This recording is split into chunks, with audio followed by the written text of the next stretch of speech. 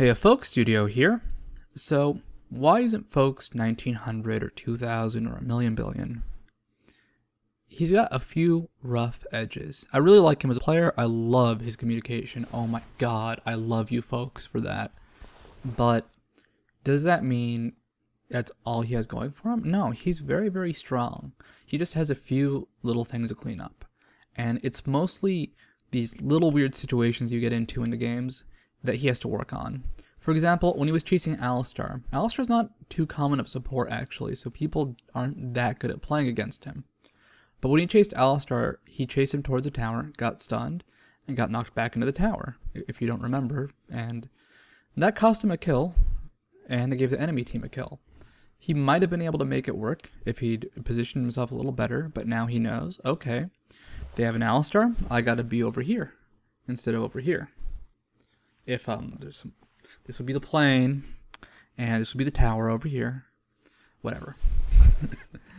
So, just cleaning up his game and looking at these little situations and go, why am I losing this? Why am I making these mistakes? Oh, okay, because I wasn't sure what to do. Now, I'm going to tell you a very quick story. So, have you ever dropped anything in the toilet that you didn't want to drop? When there was, let's just say, urine in it. Like, it's not pleasant to talk about, but it's happened before. And this happened to me about a month ago. So we had a power outage, which actually was very annoying because that power outage only affected, like, my block. It was the most concentrated power outage. And I wanted to use the bathroom. And I decided, hey, I don't want to do it in the dark. I want to use this guiding light. But what do I have? Oh, my cell phone. I'll use it to light the way. And don't ever use your cell phone to light a toilet to urinate in it, because you're gonna drop it. I know it sounds like no, I got a good grip on it. I'll just make sure I hold it. No, you're gonna get distracted. You're gonna be like, let me check my email on this cell phone as I pee because I am the most impatient person in the world, and your cell phone's gonna go in the toilet. Now, good instinct versus bad instinct. What would bad instinct be? To go, oh man, that is gross. I don't want to put my hand there. Good instinct is to grab that sucker and just fix it. Wash your hands super hard after. Wash the hell out of that thing. But keep that thing and make sure it's clean. Now, this may be weird to say, but I had the good instinct. I just stuck my hand in there as fast as I could. I actually went, yes, afterwards, because I'd been brave enough to actually put my hand in there. Then I went, oh my god, this is disgusting. Now my cell phone works about half as well now, but you need to be able to make these decisions. You need to be able to make these really weird decisions where you stick your hand in piss. Now, the piss is a metaphor for positioning yourself better against Alistars. It's not the best metaphor, and I'll never make it again, but it's there. So you got to get these base instincts down, these base reactions of how you see these scenarios. I like folks, but he doesn't have the instinct, and the instinct comes with experience. And looking back and going, oh, what did I do wrong? Ooh, that's what I did. Ooh. You will learn these things, and if folks keeps it up, and just make sure he learns from his mistakes and learns from his weird situations he runs into, he'll get good, he'll get great, and hell, I'd love to have him jungle for me if he gets up there in the elos. So let's hop into the rest of the game. It's pretty interesting seeing these two team compositions clash. Alright, let's go. So we're back to the game, and Folks is doing his Folks thing. Now, I really like Folks, and I like Folks because he talks a lot, but not in a negative way. He mentions things like, hey, GP, is your ult up? We might need help at Dragon. Which, he can actually check that. What he should be asking is how long until it's up. To see if your ally has an ult up, if you look at that green circle on the left corner of the map by all the character portraits, if there's a green circle, their ult's up. Anyhow, back to this game. He's communicating, and I love it. Now, this is a weird setup. So, right now they want to go for Dragon, but so does the enemy team. It's going to be a 4-on-4, and there are a few very, very scary members of Purple's team. And Blue's team composition doesn't really lend itself to diving very well. They're very great at picks. If Ashe gets an ult off on the right person, she can, CC them and they'll get a kill. However, Lux can do the same thing. Lux is a terrifying hero that people don't really estimate quite well. She's underestimated quite a bit. So this is a weird situation that a lot of teams run into. And what do you do right now when you want to go for Dragon? When they have an advantage, you want to go for a steal or something. So Skarner goes in a bit too early. Folks is not lucky. Janna saves him with that ult that knocked everybody back. And Malzahar goes for a steal. And I don't get this. I really don't understand this one. So you can go for steals with some characters. Lux is actually a really good stealer. But someone like Malzahar is nothing but AoE or dot damage. So he's not going to ever do that much damage in a burst to actually get the dragon kill. And Malzahar going in there put him so out of position. He died. And he blew his flash to die. So right now, they're in a really bad spot. They lost Ashe. They're losing Gangplank. That was actually a really good Lux ult. Skarner does get an ult on Lee Sin as a Gangplank is being melted. And Lux actually gets caught by Ashe out of mana. These are a couple really good picks, and this is actually a problem a lot of people have. If they get a pick early in the fight, for example, Ashe died very, very quickly, they don't remember the respawn. Now, unfortunately, Ashe does not kite very well. I don't mean the character, I mean this Ashe. She's going for a one-on-one, just big ol' fight versus Misfortune, except Udyr and Alistar are both CCing her.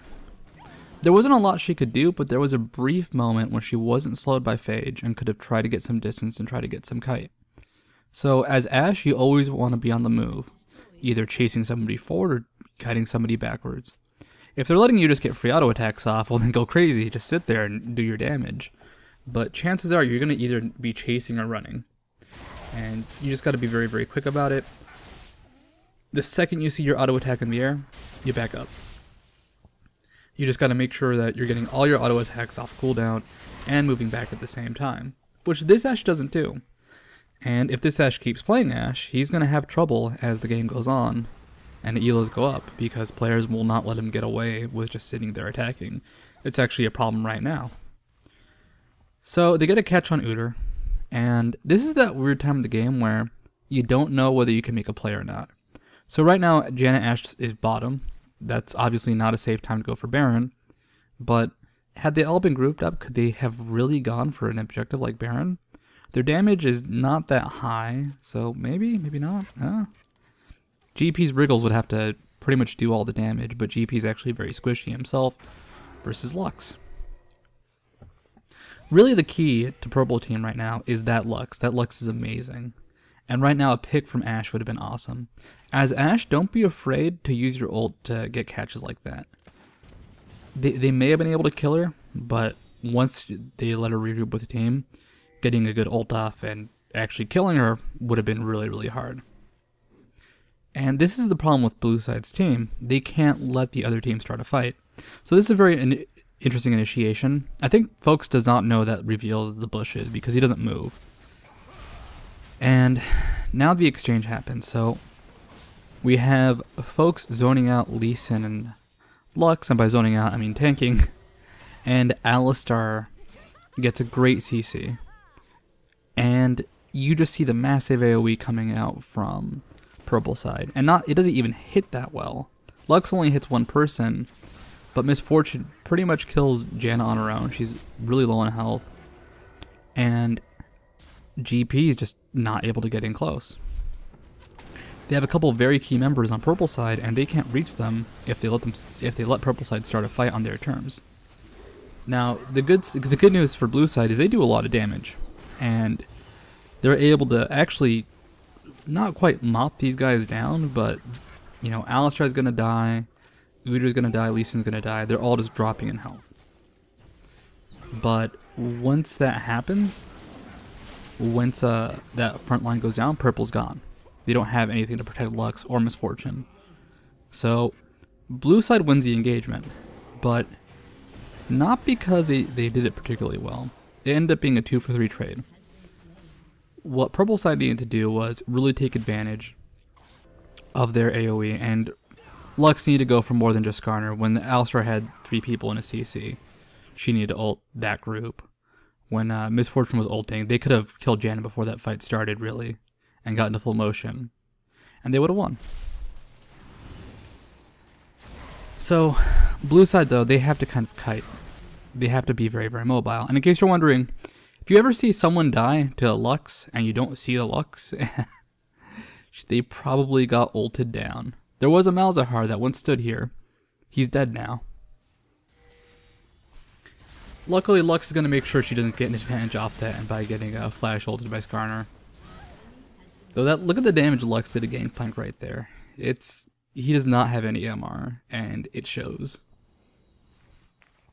You got to make sure that if a team like Purple's team, which only has one significant source of magic damage, you got to make sure you don't let that magic damage destroy you. Even if it's just one character, one AP carry can do a ton of damage, and Lux is not lacking in damage. She's lacking in, you know, easy CC, but if you get hit by anything, she can follow up. So, GP's right, or Skarner's right. Folks knows they can't fight at the tower. And he tells his team this. Once again, I love that about him. I love you folks. And he needs to make sure his team gets a good catch-off. This would be a time to tell Ashe, by the way, you should initiate fights when you need to start them. But let's look at how this fight goes on. So it starts out with 4 members being slowed by Misfortune. The good news is they have a lot of vision, and they're actually getting a good chase off. But you gotta make sure when you chase you don't overextend and group up, especially against an Alistar. Alistar actually messed that up. He could have gotten all 4 of them in that one ult. Or not ult, CC. So, right now, look at the positioning. What is blue side doing? They're in a straight line. They are all next to each other against a team with Misfortune and Lux. And look at that damage. Right there, between 2 ults, blue side is on a major retreat. And they're going to lose people for it. Right there, Skarner goes down. I mean, poor guys at the front line tanking. Right now, Malzahar is getting Lee Sind. Oh, Malzahar actually gets out. But Ashe unfortunately gets Utered and a GP. Well, he won't have Scurvy anymore, let's just say that. But that right there was kind of like a showcasing of the 2 teams. That first team fight, what happened? Blue side needed to kite. They kind of kited, and it worked. Sort of. Purple side needed the AoE. They got it, and they killed a lot of people. Now right here, this is something, folks just got nervous and he forgot his Shurelias. I was just watching this part the first time I saw it and going, use your Reverie, use your Reverie, use your Reverie, use it, use it, use it, use it. He didn't use it. Oh. Oh. And Lux dies for it, and it's unfortunate. They could have all gotten away unscathed. Luckily, Uter goes for a very silly dive. Uter is running a less tanky build, and he's dying for it. He does not have over 100 MR or 200 armor like most Uters will build. So when he takes dives like that, he's actually very, very killable. And this was just a great counter from blue side. I think Ashe was going to farm, so it may have not been intentional. But that right there is what blue side really wants to do. They want to kite and they want to start fights with a pick like that. Now, that pick was mid-fight, but hey, I'll kill a Misfortune for free pretty much? I do it. The other team already had Baron, but 3 people lost it in that chase. So in the end, it was actually to his advantage that he did not use his Reverie. But that doesn't mean he should rely on it. That doesn't mean he should let other teams chase him when they could always back off and not die. And this is a good pick. It's just what you need to do. I like the Ashe ult right there. It's the Executioner Ashe ult. Always classy. And right here, this is once again Gangplank's just lack of MR coming into play. He gets hit by very little, but MR is pretty important against a character like Lux. That's all she is damage, for the most part. She does have some great CC skills. Lux as a character is just very underestimated, and I can see why she doesn't fit in the meta too well. She doesn't have a whole lot of early fighting skills. Like, she does have some CC, but not the highest damage. So that makes that early jungle fight kind of risky. But I like her. I think she could see some more play if people besides Chew8 played her. Anyhow, back to this game. So blue side's looking pretty good. They're actually kind of forming a team together. They're not communicating super well because they're not a 5-man pre-made, but they're getting a good idea for what they need to do. They're making silly mistakes. You know, GP's getting caught and blown up. Sometimes bad things happen when they group up, but at the same time, you can tell they're kind of getting what they need to do. And here, that was just GP's items. He has 63 MR. That's not enough. The question really is whether Ashe will go through with a good pick or whether they'll get a good kite off. And this is weird because mostly you see teams like this, they generally don't do too well together because kiting and mobility, those are not things you see that often. And these fights get weird, but they're in favor of blue side. So Uter's at the top, the rest of purple team is at the middle, and Lee Sin was actually just hanging out bottom. So they're all kind of spread out, but that's good. They want these spread out fights because Janna, Gangplank, Ashe, Malzahar, that's all going to kite super well. Now, both teams are really kind of wondering how to start a fight. Alistar wants to get one of those perfect picks, but it's really hard when the team's expecting it. And that cleanse was actually incredibly smart from Ashe. She may have not died, but you know what? Now, Lux ult is down, and they can start a fight. Alistar, sadly, not too strong when it comes to the headbutt ult stun combo, and he doesn't get a great CC off. Skarner actually gets kicked out, and this fight goes very, very weirdly. So you get kind of like the tanky dudes in front for blue side, and then you get Alistar kind of caught in the back for purple side. Janna goes in, great disruption, and you get this awesome split. That was a fantastic Janna ult, used very offensively, used to great effect. So now the team got split. Uter is down. Misfortune's getting burned. They just got caught. That was great. And then this follow-up dive, you know, Lee Sin was getting caught. Alistar tried to save him. He dies too. And this just leaves Lux to defend against 5 people. Lux is good at defending, that's for sure, but she's not good at defending against 5 people. Very few characters are. And Lux tries to go for the laughing defense. Does not quite work out. And this is pretty much blue side's game. And they really earned it. I really like this game. They played solidly, they made a lot of sloppy mistakes, but you know what, they're learning, and the players could really get better just by changing up their gameplay a little bit. And here, this is just kind of a funny little fight. It's their last-ditch effort, but they streamed in 1-by-1, and even though there's a lot down for blue side, they're just so much stronger at this point, and you see the kite come into play, actually, when they try and chase people down, but they're just not able to. So they finally get the final cleanup. Malzahar and GP might be dead, but you know what? That Nexus is going down. So this was Studio. I hope you enjoyed this look at this 1500 jungle game. And I'd like to thank folks because this was an awesome replay. And I'd like to say have a good weekend. Adios, folks.